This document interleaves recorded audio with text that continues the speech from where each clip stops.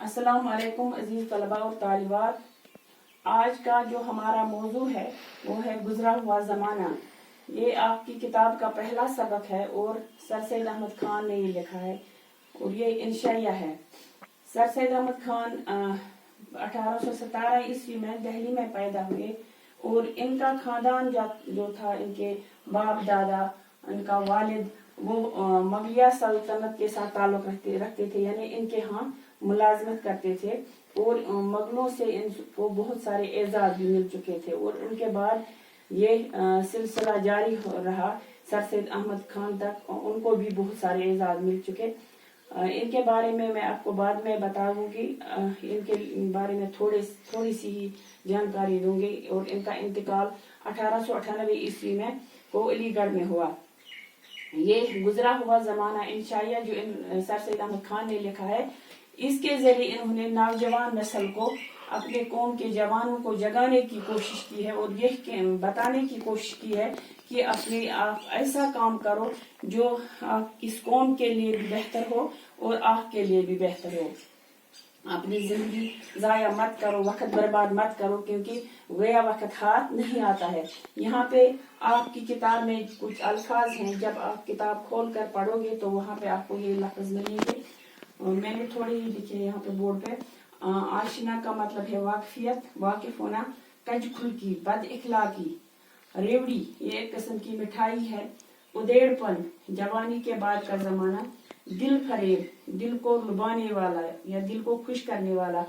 टटोल टटोल कर, ढूंढ कर निकालना।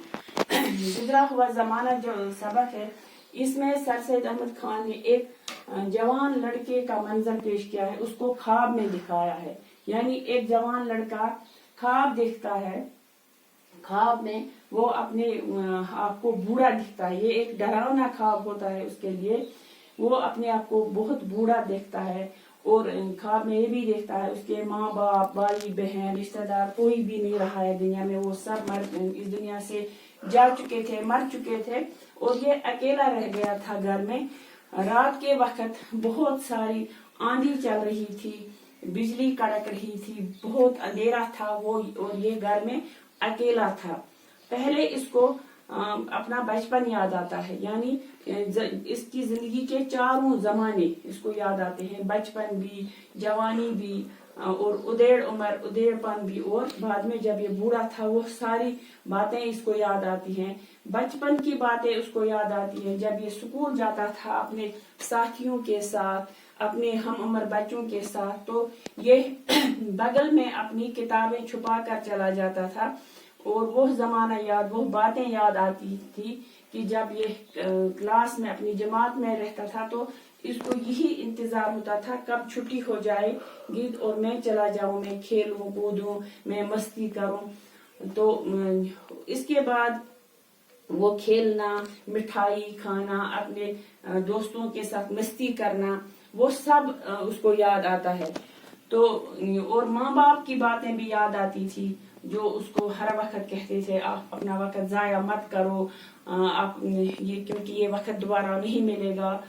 कोई गलत काम अगर या कोई गलती करता था तो उसके लिए डांटते थे, ये काम सही नहीं है, वो काम करो। जिस तरह से हम अपने बच्चों को या आपको भी माँ बाप घर में कहते हैं कि बेटा ये काम सही नहीं है, आप पढ़ाई करो, आप वो गलती मत करो, ये काम मत, इधर मत जाओ, उधर मत जाओ। इसी तरह से उसको भी अपने माँ बाप, अपने बड़े जो उसके बुजुर्ग थे उसको समझाते थे कि ये वक्त जो आप जाया कर रहे हैं ये वापस लौट कर नहीं आएगा।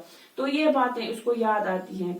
वो बार बार खिड़की के पास जाता है और वहाँ अंधेरा देखकर डर जाता था और उसको ये बातें याद आती और बार बार कहता था ऐ वक्त लौट के आ जा, मैं कुछ करना चाहता हूँ। फिर कहता है ये वक्त लौट कर नहीं आएगा, मैंने ये क्या किया, मैंने अपनी जिंदगी बर्बाद क्यों की, मैंने वो वक्त जाया क्यों किया। इसी तरह से ये बार बार खिड़की के पास जाता था, वहां से बाहर सिर्फ अंधेरा था। ये इस उम्मीद में जाता था कि कहीं मुझे कोई रोशनी की किरण नजर आए। बाद में इसको अपनी जवानी का जमाना याद आता है, फिर वो गलतियां याद आती है जो वो करता था, मैं क्या क्या करता था वो याद आता है। तो फिर जवानी के जमाने में उस वक्त को याद करके ये खिड़की के पास फिर से चला जाता है, फिर वापस आ जाता है। تو اسی طرح سے جب یہ ادیڑ عمر کے پاس پہنچتا ہے تو اس وقت ایک بار پھر سے کھڑکی کے پاس جاتا تھا اور یہ یاد کرتا تھا کہ میں نے کیا کیا کام کیے تھے، فلانی جگہ میں نے مسجد بنائی، وہاں پہ میں نے غریبوں کی مدد کی، اور اس کے ساتھ ہی یہ بھی یاد کرتا ہے کہ جب ادیڑ عمر آتی ہے انسان کو تو پھر یہ کام ضروری کرتا ہے، کیونکہ اس وقت بھی اس کو یہ لالچ ہوتا ہے کہ یہ ان سے مجھے نیکی حاصل ہو جائے گی اور یہ کام اس سے بھی مجھے فائدہ نہیں ملنے والا ہے کیونکہ یہ بھی میں نے لالچ میں آ کر کیا ہے۔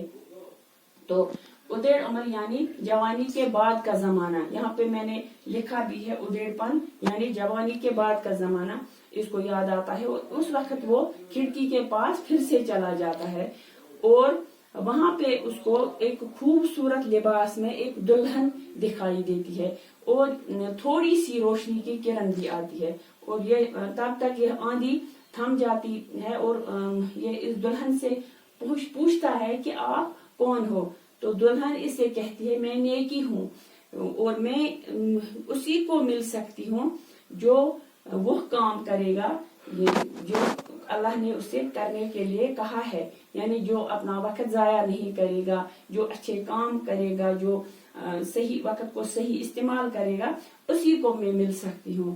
تو پھر سے چلا جاتا ہے، اسی طرح سے یہ اسی پریشانی میں رہتا ہے کہ میں اب کچھ نہیں کر سکتا ہوں، میرا کچھ نہیں ہو سکتا ہے، میں نے اپنا بچپن بھی ضائع کیا، اپنی جوانی بھی ضائع کی اور اپنا ادیڑ پن بھی، اس وقت بھی اگر کوئی اچھا کام کیا بھی وہ بھی میں نے لالچ میں آ کر اپنے فائدے کے لیے کیا ہے، اب میں کیا کروں گا، میں نے اب یہ سارا وقت برباد کیا ہے، میری جوانی ضائع ہو چکی ہے، بچپن ضائع ہو چکا ہے، سب کچھ میرے ہاتھ سے چلا گیا ہے، تو اب وہ واپس نہیں آ سکتا، اور خواب میں یہ روتا ہے۔ تو اسی خواب کے سلسلے اسی طرح سے اس کو اپنے آس پاس میٹھی میٹھی باتیں سنائی دیتی تھی، کیونکہ یہ خواب دیکھ رہا تھا تو اس کی ماں باپ بھائی بہن اٹھ چکے تھے، وہ اس کے ارد گرد باتیں کر رہے تھے اور اس کو آ کر اٹھانے لگے، کہنے لگے کہ اٹھو بیٹا، آپ نوروز کی خوشیاں مناؤ، مٹھائی کھاؤ، نئے کپڑے پہنو، آپ کیوں ابھی تک سو رہے ہو؟ تو یہ جب خواب سے نیند سے بیدار ہوتا ہے، ایک خواب سے جاگ جاتا ہے، تو یہ سارا کچھ ماجرا، یہ سارا خواب یہ اپنی ماں کو سناتا ہے، اسی کو بتا میں نے یہ دیکھا۔ تو اس کو ماں کہتی ہے تو اگر آپ کو وہ نیکی کی دلہن چاہیے، اگر آپ کو وہ دلہن حاصل کرنی ہے، وہ نیکی حاصل کرنی ہے، تو آپ کو وہی کرنا ہے جو آپ نے خواب میں دیکھا ہے، یعنی آپ کو وقت کا صحیح استعمال کرنا ہے، نیک کام کرنے ہیں، اللہ کے بتائے راستے پہ چلنا ہے، جو آپ کو ماں باپ اپنے بڑے بزرگ کہتے ہیں وہی کچھ کرنا ہے آپ کو، تو اسی طرح سے آپ کو وہ نیکی کی دلہن حاصل ہو سکتی ہے۔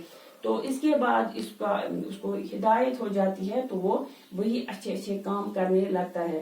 تو یہ خواب بیان کرنے کے بعد یعنی یہ انشائیہ لکھنے کا مقصد سر سید احمد خان کا یہی ہے کہ وہ اپنے قوم کے نوجوانوں کو بیدار کر سکے۔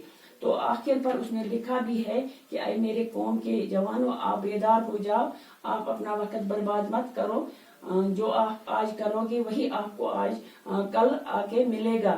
تو اسی لیے میں آپ کو کہتا ہوں کچھ کرو اپنے لیے بھی اور اس قوم کے لیے، اگر آپ بیدار نہ ہوئے تو پھر اس کا قوم کا کیا ہو سکتا ہے۔ اگر آپ آج بیدار ہو جاؤ گے تو آپ کے ذریعے سے اس قوم کا کچھ بھلا ہو سکتا ہے۔ تو یہ لیسن یہ سبق میں نے مکمل کیا، تو آج ہم یہ یہاں تک ہی پڑھیں گے، کل انشاءاللہ میں آپ کو اس کے سوال وغیرہ بھی لکھاؤں گی بھی اور آپ کو اسائنمنٹ بھی دوں گی۔ آج کے لیے اتنا ہی، باقی وسلام۔